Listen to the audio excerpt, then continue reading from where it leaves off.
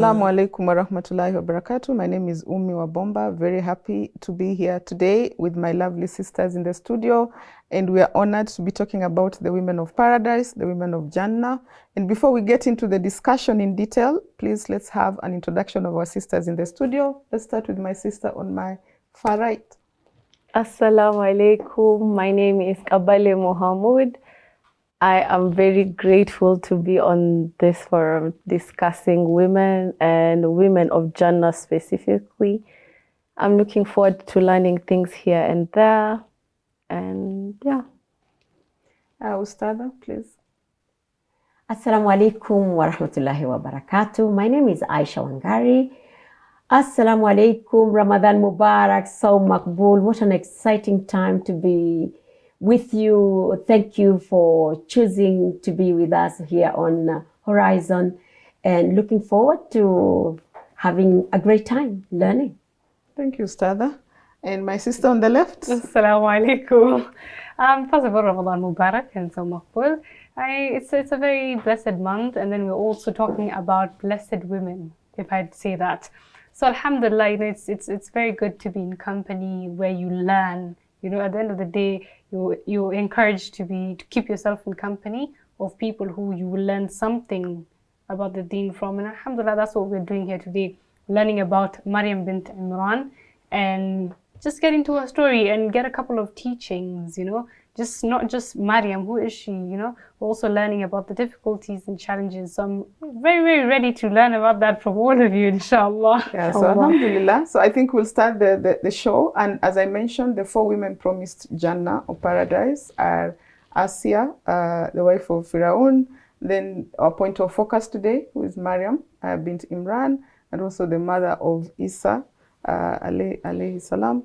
And the other two are Khadija, the wife of the Prophet, and of course her beloved daughter, Fatima, the daughter of the Prophet.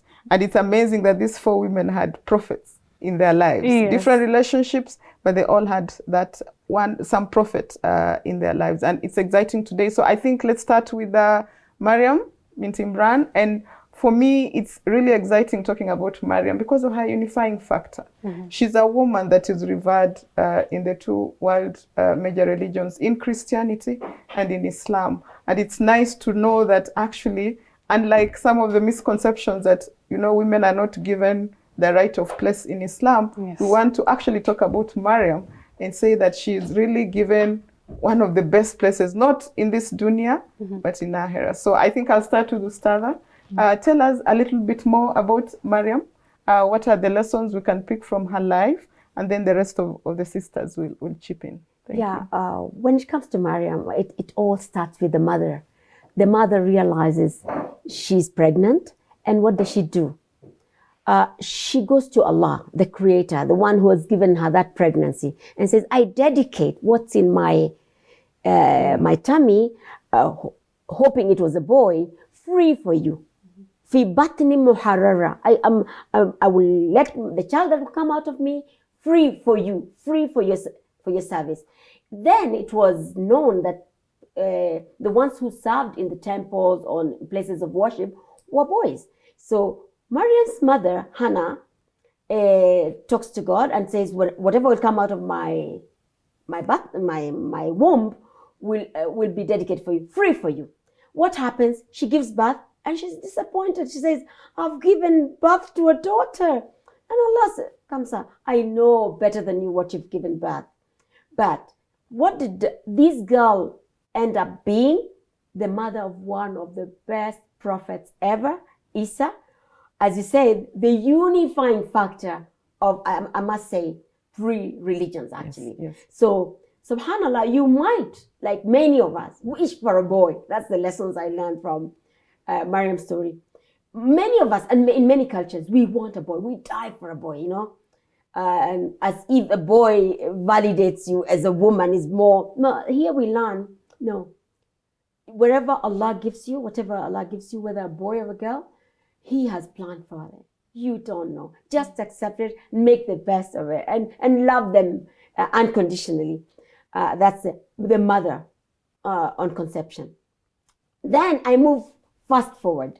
This young girl full of certainty. Again, I say the articles of Iman. She had Iman, tawakkul, trust, and certainty in Allah, to a point where we learn she was raised up by Zakaria the prophet, alayhi salam.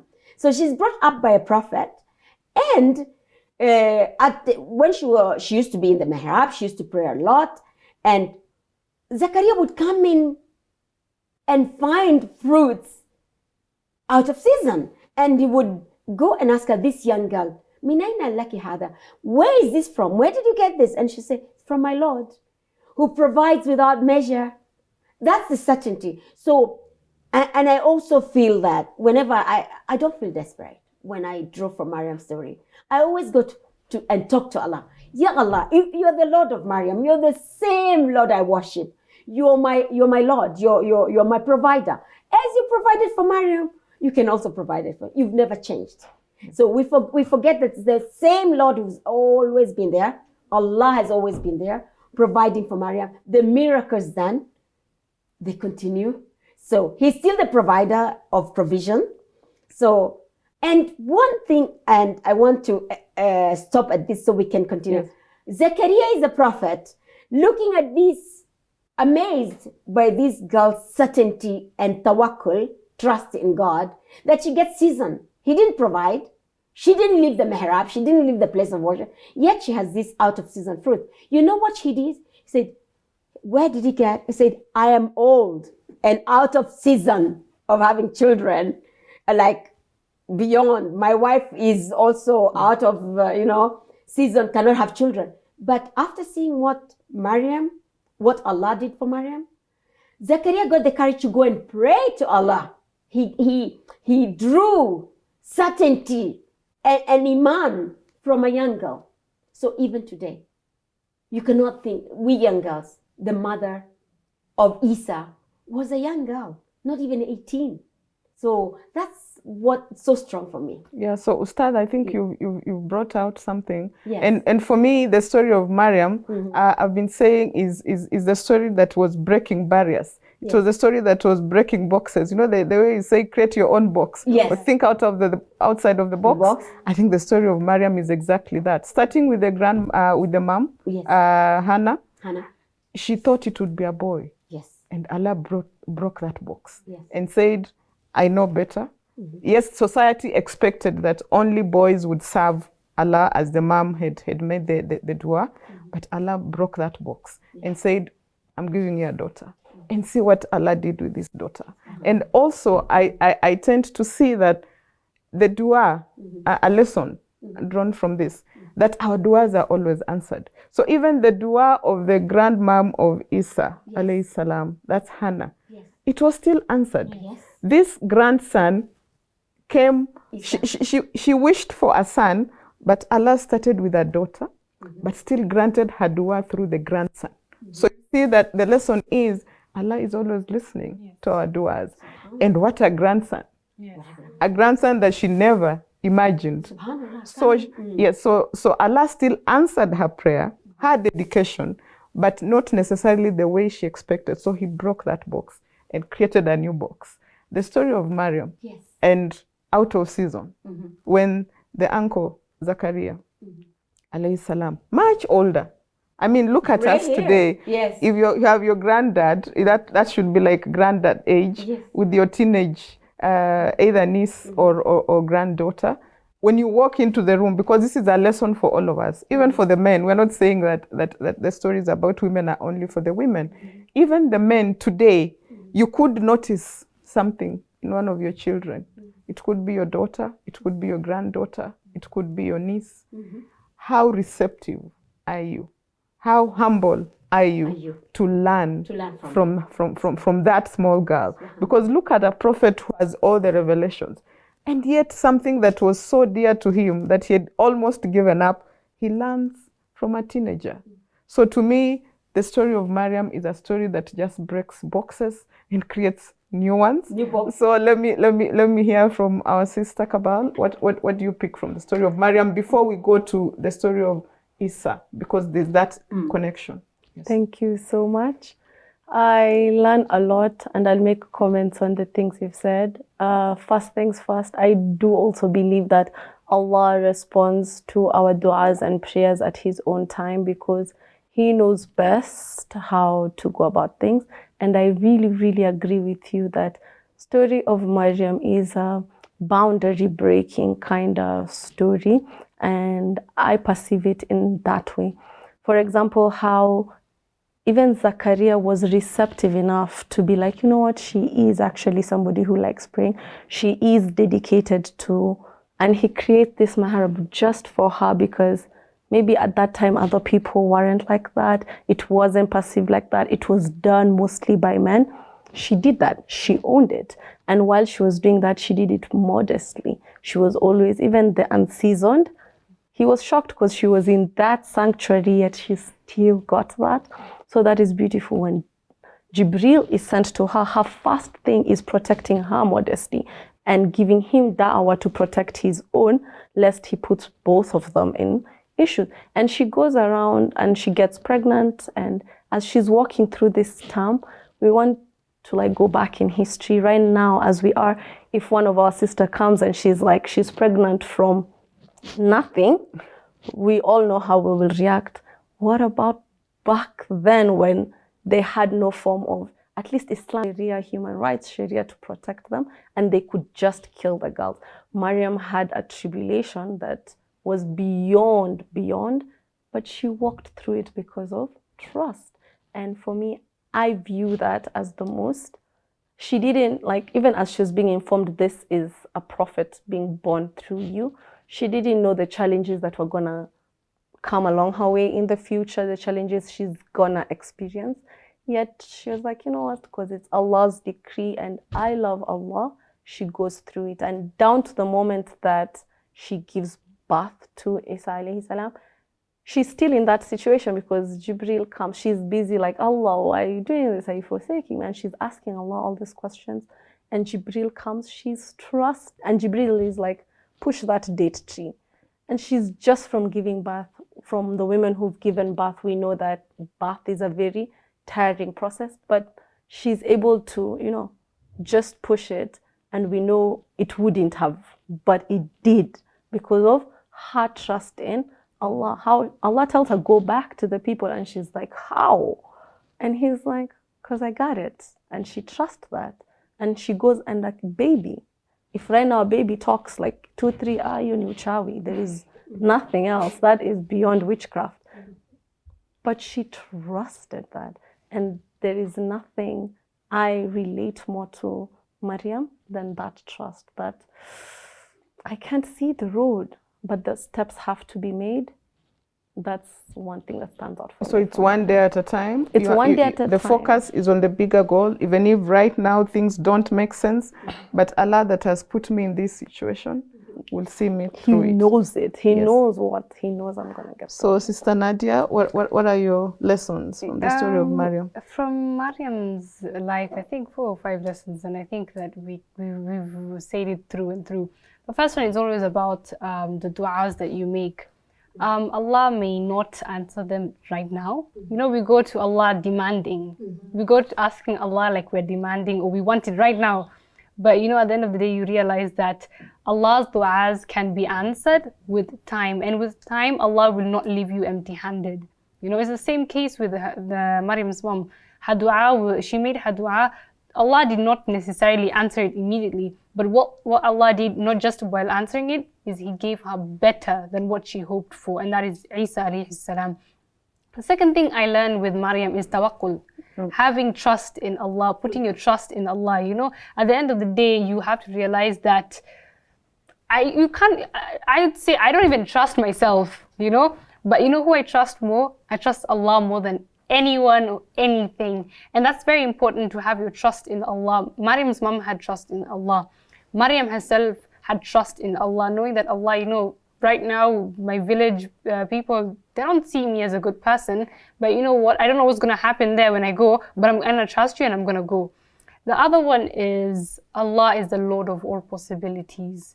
From Maryam's story is, it's not just with the fruits that are out of season. It's also with her conceiving and having Isa alayhi salam. That is a miracle. that it cannot happen, it will never happen again. You know, no amount of scientific findings or whatever you want to prove as a human being, no one even in the labs can do that. But you know who can do that? Allah. Allah is the same Lord who parted the sea for Nabi Musa alayhi salam. He's the person who gave Maryam Isa. You know, in such a situation, you know the kind of things she would have been called. But Allah is the Lord of all possibilities.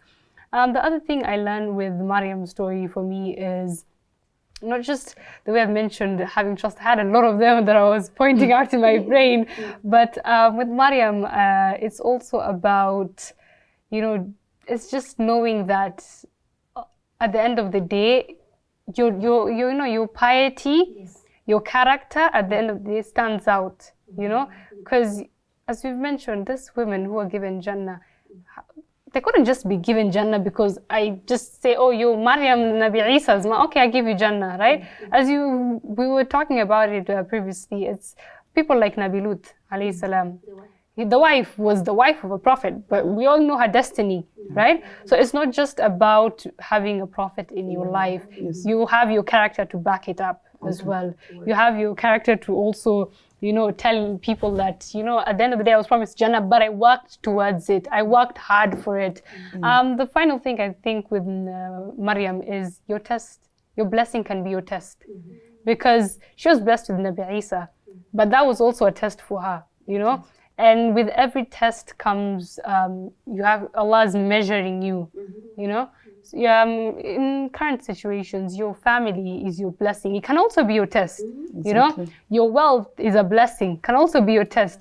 For Maryam alayhi salam, she was given a prophet as a child. She is the mother to a prophet. How many women have been bestowed such a ni'mah by Allah? Not a lot, right? So imagine her being given Isa alayhi salam, but remembering the circumstance and the situation that she was given Isa. A lot of people out there, she may have taken Isa alayhi salam, and I know that Nabi Isa performed a miracle as a child where he spoke as an infant. Not everyone believed. You know, there's always people who will get hidayah, and bi'idhnillah, they'll also be like, okay, now I believe in this miracle. And there are others who didn't believe. So you can imagine the kind of things that was said about her, the kind of people, the way they talked about her afterwards, and also being from a pious family, you can't just imagine the kind of family you come from and the kind of things people are going to also, not just about you. You can imagine her mom, you can imagine her dad, you can imagine Prophet Zakaria. Her lineage is basically washed with all types of slander. So for me, I think that's how I finish it off. Your blessing can be your test. So I think, Sister Nadia, and what a way to end our first session. I was actually going to mention that one of the lessons is legacy. That one of the lessons we should take from the story of Maryam is the goodness that we seek in our lives starts way back.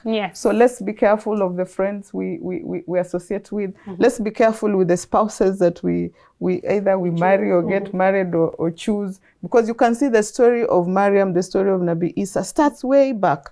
From a noble family, from a noble background. So there's something about our families that can be an enabling environment for us to become better people and therefore leave a legacy that will be timeless. So we take a short break. It's been a nice first session, and we're looking forward to the second session. Assalamu alaikum.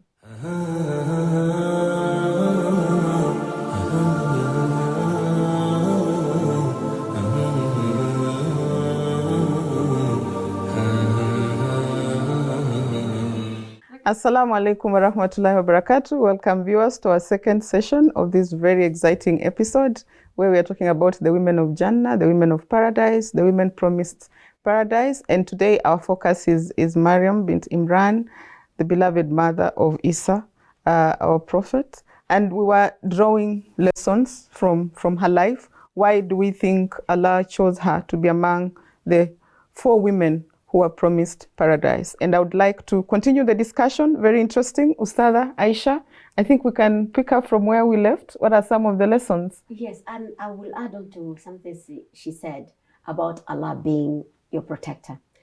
When Maryam was pregnant, she said, I wish I had died. I wish I was dead before this child comes, you know. Then she has this child. And she comes and they tell her, oh, sister of Harun, why did you do this? Your mother, none of your family lineage has been known to have done such a thing, such a crime or whatever. Then I come back to the Quran. The Quran is a reminder. Like I said, in their narratives is a profound lesson to take. Allah, all through the Quran says, Inna awliya Allah la khawfun alayhim. Surely the friends of Allah will never have sorrow or fear. He will protect them. So in this case, Maryam, how was she protected? Allah came to her rescue, made an infant talk. Issa protected, became the lawyer of the mother. Now, it had never been seen. An infant talking? I am talking on behalf of my mother. She is not what you think she is, and explained. And Nabi speaking was one of the few instances where children spoke at birth. Alhamdulillah, for the Quran, we are given these details. So again, as a reminder, for those who will have taqwa, fear of Allah, Allah will be their protector. In the worst situations, in the most embarrassing situations, you can trust, you can have tawakkul, Allah will get you out. Man yattaqillaha yaj'alahu makhraj. If you fear Allah as He ought to be feared, you don't do that. Don't worry about people. Allah will come to your rescue. You will have no sorrow, no khawf or huzn, sadness. So that's how Allah took away the sadness of Maryam and sorrow. Because Isa, the Prophet, alayhi salam, came into our rescue. So let's fear Allah. He will get us out of trouble. So Ustada, hearing you, it seems like that common thread among these four women is that trust in Allah. That certainty in Allah. Certainty in the most difficult of situations. Because remember, if we can imagine this, this is a teenager who comes with a child and claims that there is no father to this child. That's a story on its own. Before people can deal with it. And then the child speaks. And from what lineage? And the child speaks. Again, I would want to mention this as people who embrace Islam, people who join Islam. We said Maryam, the story of Maryam is across the major world religions.